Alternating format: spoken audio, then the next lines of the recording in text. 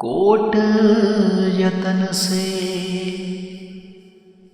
जह नहीं माने,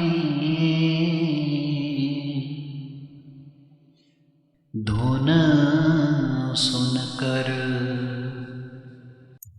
आज 29 दिसंबर एतवार का दिन है और आज बाबा जी का डेरे में सत्संग है। आज मौसम थोड़ा पहले से साफ है पर सर्दी का माहौल बना हुआ है। इस वीडियो में हम आपके साथ बाबा जी के 28 दिसंबर के सवाल जवाब साझा करने वाले हैं, जिसमें बाबा जी ने एक लड़के को बोला कि तुम मेरे गोली मारोगे, और संगत इस बात पर खिलखिलाकर हंसने लगी। आइए जानते हैं इन सवाल जवाबों में कौन कौन सी बातें हुई। और जब बाबा जी इन सवाल जवाबों में स्टेज पर आए तो पंडाल में बहुत अच्छा माहौल बना हुआ था और मीराबाई जी का शब्द चल रहा था, तनिक हरी चित्त बोबो जी मोरी ओर। और फिर बच्चों के द्वारा शब्द पढ़ा गया जो कि श्री गुरु अर्जन देव जी महाराज का था, जैसा सतगुर सुनीदा तैसो ही मैं डीठ।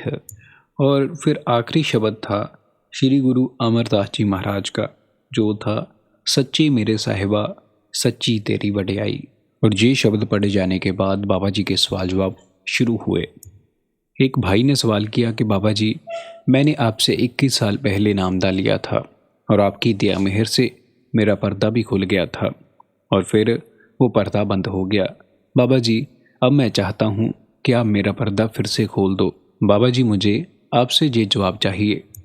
इस पर बाबा जी ने फरमाया कि देखो बेटा, दूसरे तो तरस रहे हैं कि उन्हें मालिक के अंतर से दर्शन हो, और जब मालिक ने हमारे ऊपर ये कृपा की है तब हमें मालिक के ऊपर विश्वास होना चाहिए, और जो उसने किया है वो सही किया है।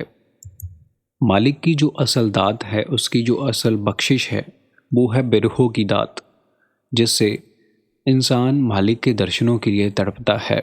जब हम बिरहों में आकर, मालिक के तड़प में आकर भजन सिमरन करेंगे तो मालिक हमारे ऊपर जरूर बख्शिश करेगा। फिर वो व्यक्ति फिर से कहने लगा कि मालिक, आप मुझ पर कृपा करें।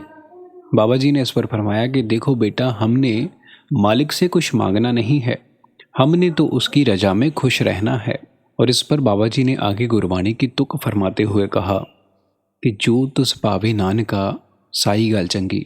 इस पर बाबा जी ने फरमाया कि देखो बेटा, जब ना हम उस दात के लायक बन जाएंगे, जब वो मालिक समझेगा कि अब ये इस चीज़ के लायक है, तब वो जरूर देगा। फिर वो व्यक्ति इस बात पर आगे कहने लगा कि बाबा जी, मेरा शब्द तो खुला हुआ है पर मुझे अंतर से दर्शन नहीं होते। इस पर बाबा जी ने कहा, कोई नहीं। फिर एक बीबी ने सवाल किया कि बाबा जी, मैंने बड़े महाराज जी से नामदान लिया हुआ है और मैं भजन सिमरन भी करती हूँ, पर बाबा जी मेरा 10वां द्वार नहीं खुलता। इस पर बाबा जी ने कहा कि देखो बेटा, सारी बात है प्रेम प्यार की।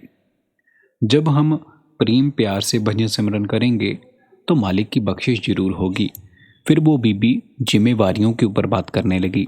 इस पर बाबा जी ने फरमाया कि देखो बेटा, हमने दुनिया में रहते हुए, घर में रहते हुए अपने जिम्मेवारियां भी निभानी हैं और जिम्मेवारियों के साथ साथ अपने भजन सिमरन के लिए भी वक्त निकालना है। और इस पर बाबा जी ने आगे फरमाया कि देखो बेटा, हमें अपनी ज़िंदगी में बैलेंस बनाकर चलना है, तभी हम भजन सिमरन कर पाएंगे। अगर हमारी ज़िंदगी में बैलेंस नहीं ना होगा तब हम इस चीज़ को निभा नहीं सकते। फिर आगे किसी व्यक्ति ने सवाल पूछा, कहा बाबा जी, मुझे नामदान नहीं मिला है और मैं भजन सिमरन कैसे कर सकता हूँ। इस पर बाबा जी ने कहा कि देखो बेटा, हमें भजन सिमरन नहीं करना है, हमें सिर्फ ध्यान लगाने की कोशिश करनी है, और जब हमें नामदान मिलेगा तब हम भजन सिमरन कर सकते हैं। फिर वो लड़के ने बोला कि बाबा जी, अब मुझे कोई ऐसी बात बोलो जिससे मुझे सारी उम्र याद रहे।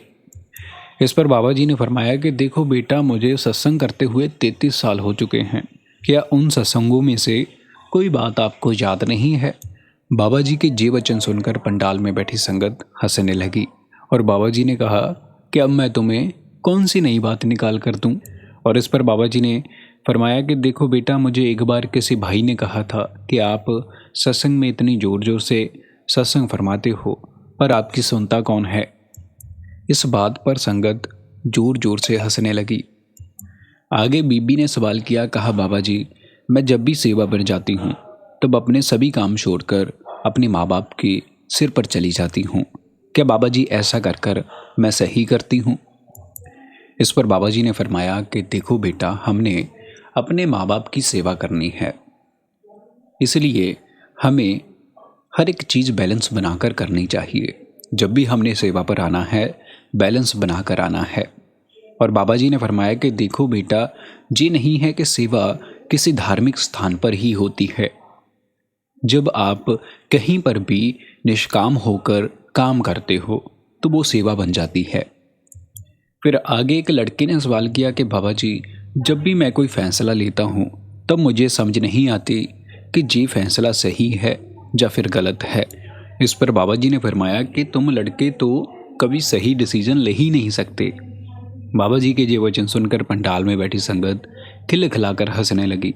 और बाबा जी ने आगे फरमाया कि तुम लोग तो शक्ल देखकर ही फिसल जाते हो, इसीलिए पहले ज़माने में माँ बाप पहले लड़की देखते थे, पर आप तो अब रंग रूप देखकर ही फिसल जाते हो। फिर इस बात पर वो लड़का कहने लगा कि बाबा जी, अब मुझे ये समझ नहीं आ रहा कि मैं ये डिसीज़न कैसे लूँ। इस पर बाबा जी ने फरमाया कि देखो बेटा, हम आग को हाथ लगाकर जरूर ये देखेंगे कि हमारा हाथ जल रहा है। और बाबा जी ने आखिर में बताया कि बेटा, सोच समझ कर चले। फिर आगे एक बीबी ने बाबा जी को सवाल किया, कहा बाबा जी, तुद बिन होर कुछ मंगना, सिर दुखा के दुख, दे नाम संतोखिया, उतरे मन की भुख। बाबा जी ने जब ये वचन सुने तो बाबा जी ने फरमाया, ओ बीबी, क्या तुम मुझे सत्संग सुना रही हो? बाबा जी के ये वचन सुनकर पंडाल में बैठी संगत हंसने लगी। और फिर उस बीबी ने सवाल किया जो कि सत्संग, कामकाज और भजन सिमरन से संबंधित था। उसने कहा कि बाबा जी, मुझसे भजन सिमरन नहीं होता। इस पर बाबा जी ने फरमाया कि देखो बेटा, जब हमारे भजन सिमरन का वक्त होता है तब हमें दुनिया के कामकाज नज़र आते हैं, और जब हम कामकाज करते हैं तब हमें भजन सिमरन नज़र आता है। इस पर बाबा जी ने कहा कि देखो बेटा, दुनिया के काम का अलग वक्त है और भजन सिमरन का अलग वक्त है। और बाबा जी ने आगे फरमाया कि देखो बेटा, जब सत्संग में बैठे हो तो सत्संग सुने, और जब भजन सिमरन का वक्त है तब भजन सिमरन करें। फिर आगे एक लड़के ने सवाल पूछा कि बाबा जी, मैं अपनी ज़िंदगी के डिसीज़न नहीं ले पाता हूँ, मुझे अपनी ज़िंदगी के डिसीज़न नहीं लेने आते हैं। इस पर बाबा जी ने फरमाया कि देखो बेटा, तुम शादी कर लो। जब तुम शादी कर लोगे तब तुम्हें अपनी ज़िंदगी के सभी डिसीज़न लेने आ जाएंगे। इस बात पर पंडाल में बैठी संगत हंसने लगी। फिर वो भाई कहने लगा कि बाबा जी, मैंने बाहर जाना था पर मेरे बाहर का काम नहीं बना। इस पर बाबा जी ने कहा, तुमने क्या बाहर जाकर किसी मेम से शादी करनी है? और बाबा जी ने फरमाया कि देखो बेटा, जो काम हमने बाहर जाकर करना है उसे हम यहाँ भी कर सकते हैं। और बाबा जी ने फरमाया कि देखो बेटा, हमें ना बाहर जाने का चा चढ़ा हुआ है। हम सोचते हैं अगर हम बाहर जाएंगे तो वहाँ पर कमाई ज़्यादा होगी। फिर वो लड़का आगे कहने लगा, बाबा जी, आप मुझ पर कृपा करना, मैं सफल नहीं हो पा रहा हूँ। इस पर बाबा जी ने पूछा कि तुम्हारी उम्र कितनी है? वो लड़का कहने लगा, बाबा जी, 19 साल। इस बात पर बाबा जी ने हेक लगाकर बोला, शाबाश, ओ तुमने क्या प्रधानमंत्री बनना है?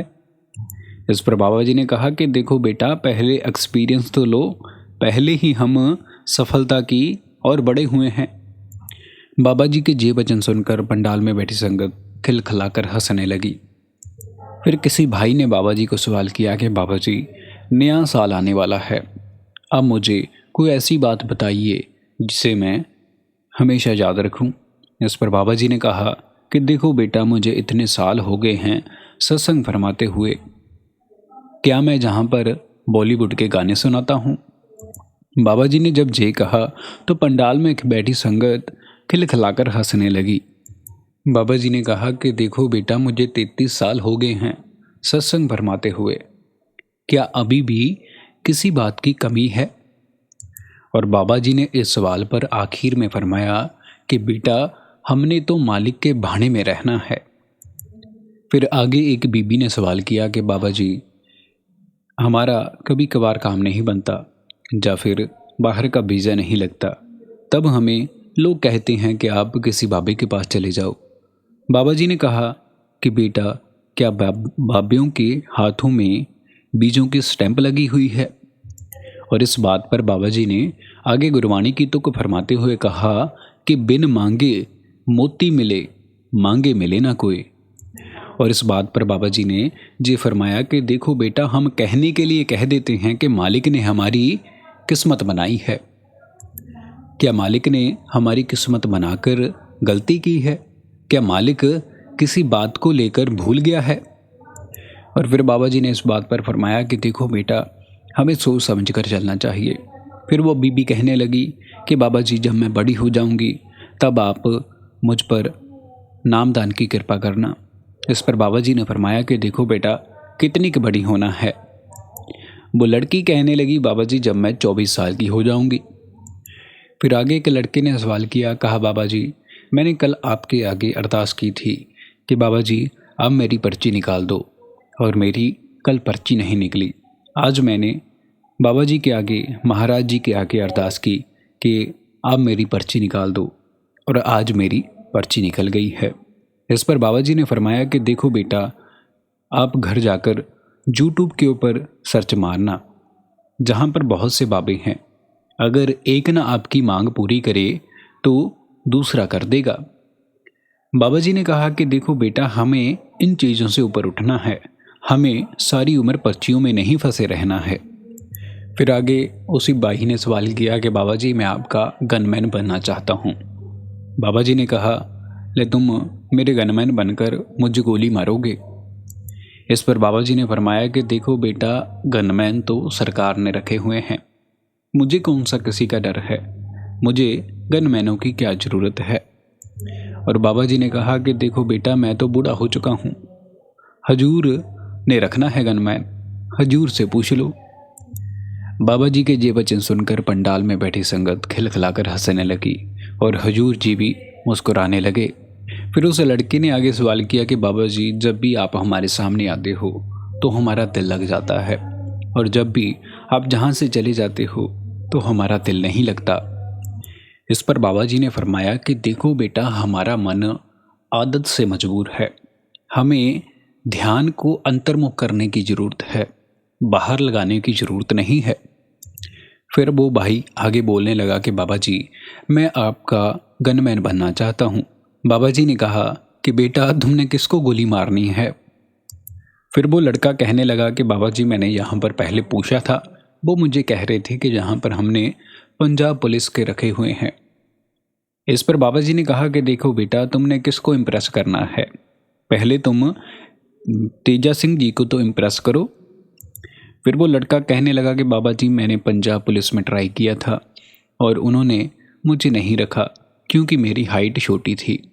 इस पर बाबा जी ने कहा कि भाई तुम अपने घर जाओ, एक तरफ से कहो मम्मा को पकड़ने के लिए और एक तरफ से कहो पापा को पकड़ने के लिए, वो तुम्हें दोनों तरफ से पकड़ कर खींचेंगे और तुम्हारी हाइट बड़ी हो जाएगी।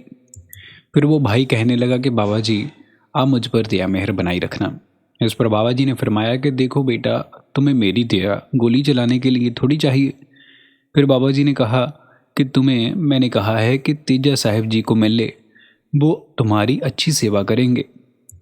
बाबा जी के ये वचन सुनकर पंडाल में बैठी संगत और हजूर जी खिलखिलाकर हंसने लगे। संगत जी हमारी आज की इस वीडियो में सिर्फ इतना ही। हम अपने चैनल पर बाबा जी के रिलेटेड वीडियोस अपलोड करते रहते हैं।